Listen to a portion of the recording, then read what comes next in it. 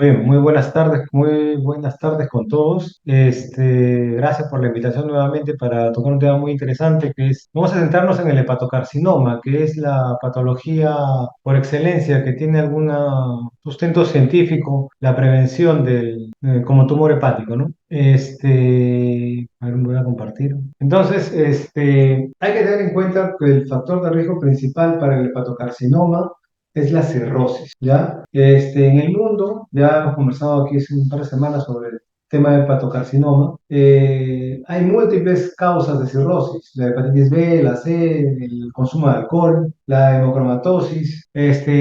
También es una causa muy importante de crecimiento en la enfermedad del hígado graso no alcohólico, ¿ya? La colangitis primaria biliar, la déficit de antitripsina y otras causas variables de cirrosis, ¿no? Eso es como una causa un factor etiológico, la cirrosis, que tiene que ser un dato previo y a lo que nos identifica un grupo de riesgo de pacientes con cirrosis. Y tenemos otro grupo de pacientes sin cirrosis. Y aquí, esa es una realidad que se presenta sobre todo en el centro y el sur del Perú, donde el hepatocarcinoma no está asociado a cirrosis y se observa que hay un crecimiento tumoral importante, ¿no? Un volumen tumoral muy importante con una posibilidad de resección elevada.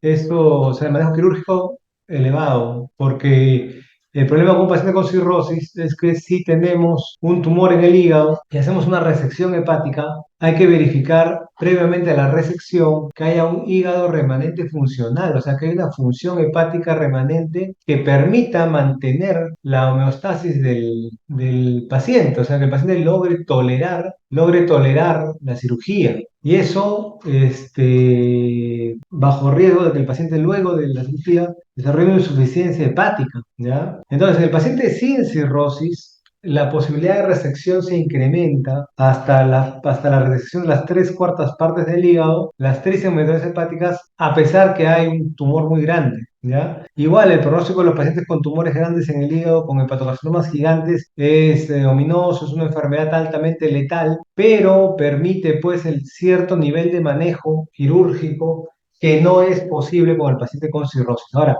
¿qué sí vamos a observar? Que el paciente con cirrosis es un grupo de riesgo para hepatocarcinoma y el seguimiento de estos pacientes debe hacerse pues con ecografía y alfa-fetoproteína. La AFP, alfa-fetoproteína, es un marcador tumoral asociado a la presencia de hepatocarcinoma y la ultrasonografía, o sea, la ecografía, es un estudio accesible, de relativo bajo costo, claro que sí, operador dependiente, pero que nos brinda cierta relevancia cuando uno analiza las posibilidades de screening, ¿no? Llámese screening a la evaluación del paciente oligosintomático, ¿no? O sin síntomas, por el riesgo de presentar una neoplasia, ¿no? Entonces, los pacientes que requieren manejo adicional o trabajo adicional para estudio diagnóstico son los pacientes con alfa-fetoproteína elevada o con nódulos ultrasonográficos mayores o iguales a 10 milímetros. Un paciente con un tumor mayor a 10 milímetros ya implica la posibilidad de una intervención, ¿ya? Para lograr manejar la neoplasia. Como hemos conversado en la semana anterior, entre más pequeño encontramos el hepatocarcinoma, más posibilidades de que los tratamientos generen un impacto en la sobrevida. Luego, los pacientes con tumores menores a 10 milímetros, en los cuales la ultrasonografía y la AFP son importantes, y los pacientes con ecografía negativa, en los cuales también podemos seguirlos con ultrasonografía y AFP. Esto sobre todo para los pacientes con cirrosis. Hay que tener en cuenta que en nuestro país, sobre todo en el centro y sur del Perú, existen dos picos de presencia de hepatocarcinoma en la población: los niños y los jóvenes, que está asociado a transmisión congénita del virus de hepatitis B. Ahora, esto está disminuyendo, ¿no? ¿Por qué? Porque ya se cuenta dentro del programa ampliado de inmunizaciones, con la vacuna de hepatitis B. Y esto permite que la población esté protegida ante el desarrollo de esta neoplasia, que, como les mencioné, es altamente letal, ¿no? Cuando tenemos ya un paciente con ecografía o estudio de imágenes positivo, sospecha una normalidad en el examen de ecografía y alfa proteína positivo, Recordemos la tomografía o resonancia magnética nuclear, y aquí hay dos opciones, ¿no? Si se ha detectado alguna lesión y esta puede confirmarse con que está compatible con el hepatocarcinoma, paso a manejo del paciente con hepatocarcinoma, que como ya hemos conversado va a depender de su tamaño tumoral, ¿no? Si el paciente tiene menos de 5 centímetros como lesión única o 3 centímetros como lesión múltiple, cabe la posibilidad del trasplante hepático como una posibilidad de manejo para ese tipo de pacientes, pero hay que tener en cuenta que aquí en nuestro medio hay poca accesibilidad o casi nula a trasplante. Cuando no está definido el hepatocarcinoma, a veces que tenemos pues que hacer la biopsia percutánea, ¿no? Y una discusión multidisciplinaria para definir si este paciente cursa pues con un tumor compatible con el hepatocarcinoma o no está definido. Y hay tumores benignos que pueden detectarse. Entonces, tenemos que ver porque la cirrosis es una causa, sobre todo la asociada a hepatitis B es una causa importante de hepatocarcinoma. Y la hepatitis B asociada o no sea a cirrosis. Básicamente debe ser evaluada la persona con cirrosis cada 6 meses con una ecografía. Y de ser necesario, tomografía o resonancia magnética nuclear si la tomografía no fuera como suficiente para poder caracterizar adecuadamente las imágenes. AFP brinda cierto nivel de, digamos, información para poder tomar decisiones en la vigilancia de los pacientes. Como ustedes pueden ver, prácticamente se cruzan las dos informaciones, ¿ya? Pero hay también que tener en cuenta que hay pacientes que no presentan aumento de la AFP a pesar de ser tumores hasta metastásicos. Esto va a depender del tipo histológico, de las características biológicas del tumor, sobre todo pacientes pobremente diferenciados y pudiera ser algo que si no tenemos esta información clara, nos puede inducir a error, ¿no? Pero vigilar con ecografía y con AFP es un estándar que hay que tomar para pacientes con cirrosis hepática. En hepatitis viral que tiene una respuesta parcial o completa, sí, este grupo podría ser un grupo importante, ¿no? Con hepatitis viral que ha tenido una respuesta viral completa o sostenida, se habría que detectar, continuar con estos pacientes. Sí, da el caso que una prueba, no sé, tal lesiones que son incidentalmente positivas o dudosas, la tomografía de resonancia puede brindar mayor información. Esto no se ha considerado para tumores menores a 10 milímetros. Esos tumores de 10 milímetros son difíciles de caracterizar. Ya no es muy sencillo definir cuál es el comportamiento biológico o estado natural de un tumor menor a 10 milímetros. Habría que observar a este paciente de manera más estrecha, ¿no? Y hay varios criterios, varios hitos o características imagenológicas, como es el hipergancia de la fosa arterial, el lavado no periférico, el gas de la cápsula y un plan de crecimiento. Hay una clasificación de las imágenes que se llama LIRADS, es como el reporte de imágenes para el hígado, así como hay para mama, el LIRADS, que son prácticamente unos estándares sobre los cuales el médico concluye, en función al cuadro que vamos a contar en un momento, si el paciente puede tener o no una enfermedad hepatocelular, ¿no? Ahora hay que ver también el tema de la invasión de un segundito, ¿ya? Escriben, por favor, porque estoy en una conferencia. Hay que tener también cuidado con los criterios de invasión vascular, porque los tumores del hígado tienden a tener una invasión vascular que aumenta pues, las posibilidades de metástasis y también podrían limitar la resecabilidad, ¿ya? Entonces, la RATS 1, 2, probablemente benigno, 3, 4 y 5, ya hay probablemente malignidad o no está definida, y acá hay una tablita adicional que tiene que ver con la presencia de resaltado aumento ISO fase arterial, ISO intenso o hipointenso, ¿no? Esto va a ir en función al tamaño de la lesión, hasta 20 milímetros. Entonces, hay un consenso internacional de que las imágenes están altamente relacionadas con la presencia de enfermedad. Entonces, aplicando esta escala de Lagrange, podemos básicamente predecir la posibilidad de que ese paciente curse con una neoplasia maligna, y eso es ya un estándar en el reporte, ¿no? Al igual que para mama se habla del VIRAS. Y esto aquí, aquí hay LARAS 3, 4 cuando más de 20 minutos, ninguno, LARAS 5, y estas características son las que van a cápsula, lavado y crecimiento. Estas son las características de la lesión, ¿no? Que se van a contar en este nivel. Cuando no hay más de una fase, el efecto de masa, hay pseudolesiones también, bordes geométricos, cuando no hay efecto de masa, una localización periférica que puede ocurrir en otras fases, y usar LAGRADS cuando hablamos de cirrosis, hepatitis, exposición al virus de hepatitis B o presencia anterior o actual de tumor en el hígado, ¿no? De posibilidad de neoplasia maligna de hígado. Y no usar el IRAS cuando tenemos pacientes menores a 18 años que tengan una cirrosis debida a problemas de fibrosis hepática congénita y cirrosis vascular, como el Buchiari, la oclusión de la vena porta, la hiperplasia nodular regenerativa difusa y la coagulación cardíaca. Es importante especificar que todas estas clasificaciones para dar pronóstico, y hay consenso internacional que eso es importante en tumores mayores iguales a 10 milímetros, pero es fundamental que eso tenga un estándar de calidad, pues, ¿no? Es el estándar, lo que actualmente se nos menciona, que debemos tener como manejo esos pacientes, pero hay que tratar de cumplir el estándar. No es solamente, eso se logra con capacitaciones, con bastante involucramiento por parte de los servicios, para llegar a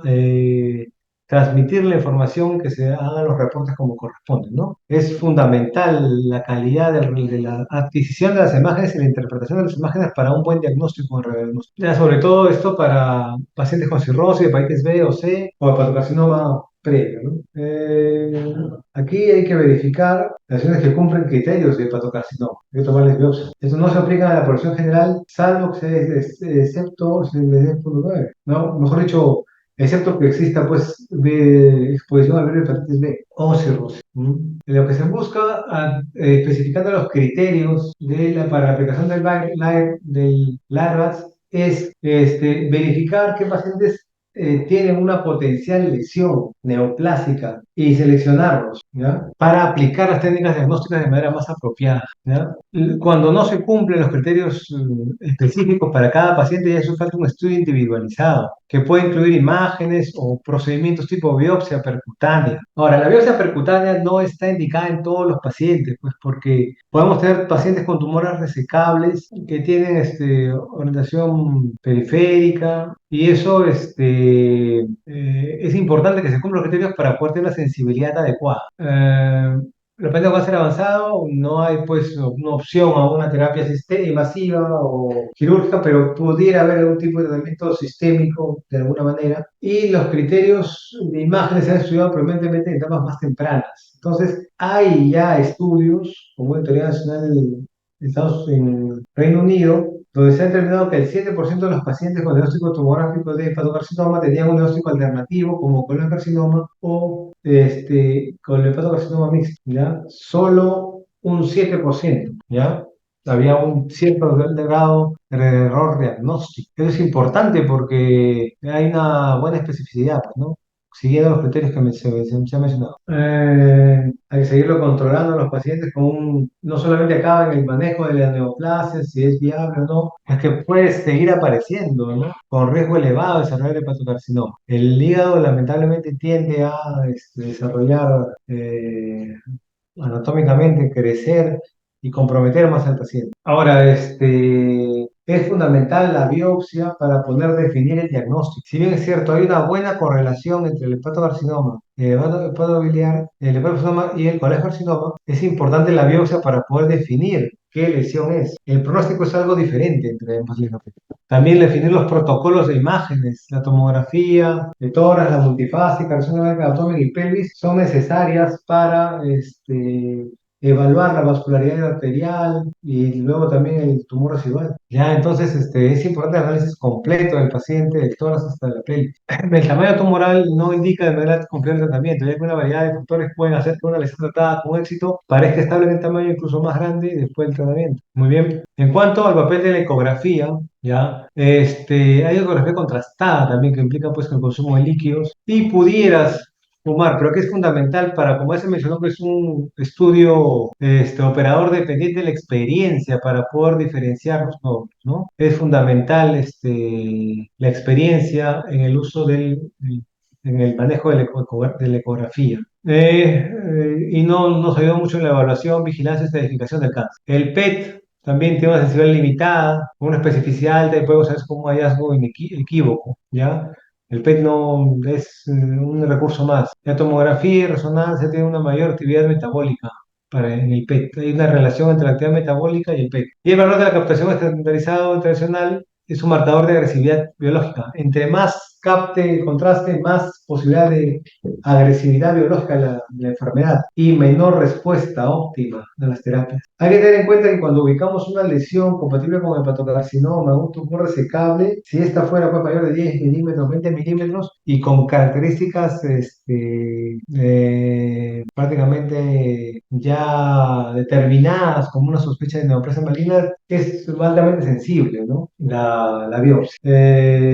Las imágenes van a ayudarnos muchísimo en el diagnóstico, van a ser muy certeras, pero hace falta para iniciar tratamiento con terapia adyuvante o tratamiento metastásico con la ecografía, o mejor dicho, con la biopsia con aguja, guiada totalmente por ecografía, ¿no? Es importantísimo el definir el tipo histológico de la patología.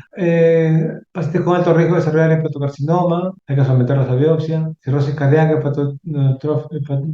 fibrosis hepática congénita, cirrosis de vía trastorno vascular, telangiectasia hemorragia hereditaria, la hiperplasia degenerativa nodular. El paciente puede prestarse a signo elevado cuando hablamos de colangiocarcinoma intrahepático o la asociación entre colangiocarcinoma y hepatocarcinoma, que también es una posibilidad.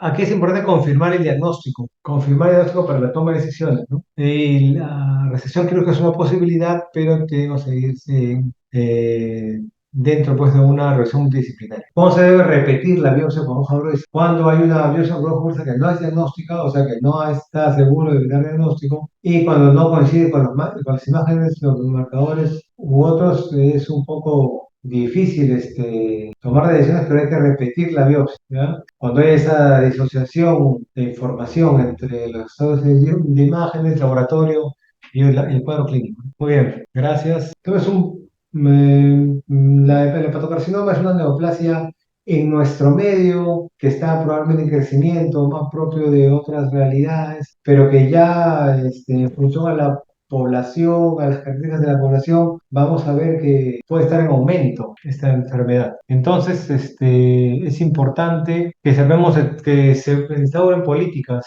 de prevención en los pacientes de alto riesgo, por ejemplo, los que tienen cirrosis. Esto ayudaría a determinar en pacientes con enfermedades más tempranas que puedan ser operables, tratables, y eso puede aumentar su tiempo y calidad de vida. ¿Ok? Muchas gracias, doctor, por su participación, ¿no? Su excelente Gracias. ponencia, el cual permite, pues, que los participantes incrementen sus conocimientos y de esta manera también, como bien su nombre lo dice, prevenir y detectar a tiempo de manera precoz lo que es el cáncer de hígado. Si alguien en sala tuviera alguna pregunta, sí, con respecto al tema, puede levantar la mano o escribirlo a través del chat para poder mencionarle, ¿no?, al doctor. Algo importante en función al hepatocarcinoma que habíamos conversado es las características propias que tenemos aquí en el país, ¿no? Aquí hay una diferenciación entre el norte y el centro y el sur. Sur y centro es un poco más común esta presencia de hepatocarcinoma no asociado a cirrosis. Aquí en el norte vemos más hepatocarcinoma asociados. Entonces, el paciente con hepatocarcinoma mayor a 5 centímetros y dependiendo del nivel de compromiso hepático funcional por la cirrosis, puede limitar la resección. En el NEM, en Lima, hay probablemente un poco más de hepatocarcinoma no asociado a cirrosis. Y esto brindaría pues alguna posibilidad de manejo quirúrgico adicional a los pacientes, ¿no? Es una característica propia de Asia y de nuestro país, pues, ¿no? Porque no es lo común a nivel de Europa o Estados Unidos que el paciente desarrolle hepatocarcinoma y no desarrolle cirrosis previamente. Esa condición no es común en otras latitudes. En nuestro caso, sí, ¿no? Muchas gracias, doctor, por la aclaración. Muchas gracias por sus palabras.